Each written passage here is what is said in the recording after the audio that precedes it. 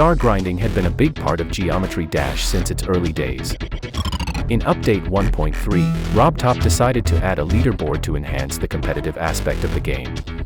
Players like Mask648, Sorry, Darnok, and others had beaten early levels to get stars. Modern star grinders, which are on the top of the Stars tab in the leaderboards, have now reached over 250,000 stars, which is the equivalent of around 50,000 levels beaten. Those players include Mr. Spaghetti, Volplay, Smithy777 and much more. In today's video, we will talk about some tips on how to star grind more efficiently and what it takes to be up in those leaderboards. Hold on, wait a sec, I bet you haven't subscribed. So please click that big red button on your screen, it helps me get motivated and it just makes me feel wonderful. Now let's get back to the video.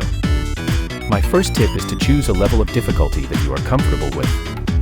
This depends on your skill level as well as your ability to sight read, which we'll talk about later. For normal people, 4 to 7 stars is the comfort zone, but you can always try out new difficulties and explore more on your skill set and abilities. Some people will have an easier time with 3 to 5 star levels, while others may find playing 6 to 8 star levels more efficient. I prefer grinding on levels that are around 4 to 8 stars. Now, on to the next tip. The ability to sight read a level is an important part of beating levels in the least amount of attempts possible and saving time while collecting more stars. Here are some tips on sight reading. The most basic thing you should know before sight reading a level is to learn how all the mechanics of the game work. You will need to have a basic understanding of all the portals, orbs, and game modes. If you want to know more about the gameplay mechanics of Geometry Dash, visit the spreadsheet in the description. Another basic tip is that you should always look at the side of the screen where your icon is heading towards. Say if you're in this level.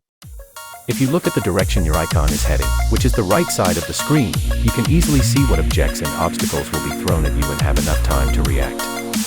The right side is usually where you will be looking, but in some cases, there are exceptions. For example, in this level where you have to enter a mirror portal, your attention should shift from the right side of the screen to the left. Another example is in this level, where your camera is flipped sideways. You should focus at the top of the screen because that is where the icon is heading towards. After you master all the mechanics and feelings of the different game modes, orbs, and where to focus, you should familiarize yourself with different user-made levels. An example of that is to always look out for orbs, especially dash orbs hidden behind portals or other decoration objects. They can very easily kill your run if you are not careful. Another example is to prepare for bad or unfair transitions. These are transitions that are too sudden, giving you no time to react. The best bet in this situation, in my opinion, is to get ready to click every time a transition hits. Avoiding annoying levels is also a crucial part of beating levels quickly. To avoid old and unreadable levels, especially 2.0 levels, can be done by playing the Awarded tab. This tab consists of all rated levels, which the latest levels are at the front. This way, you can avoid old levels full of moving objects and just play on chill new levels. However, sometimes new levels can also be confusing, so the next tip might help you get through them quicker. This tip is about when to stop playing a level. Say you have spent 8 attempts on a 6-star level.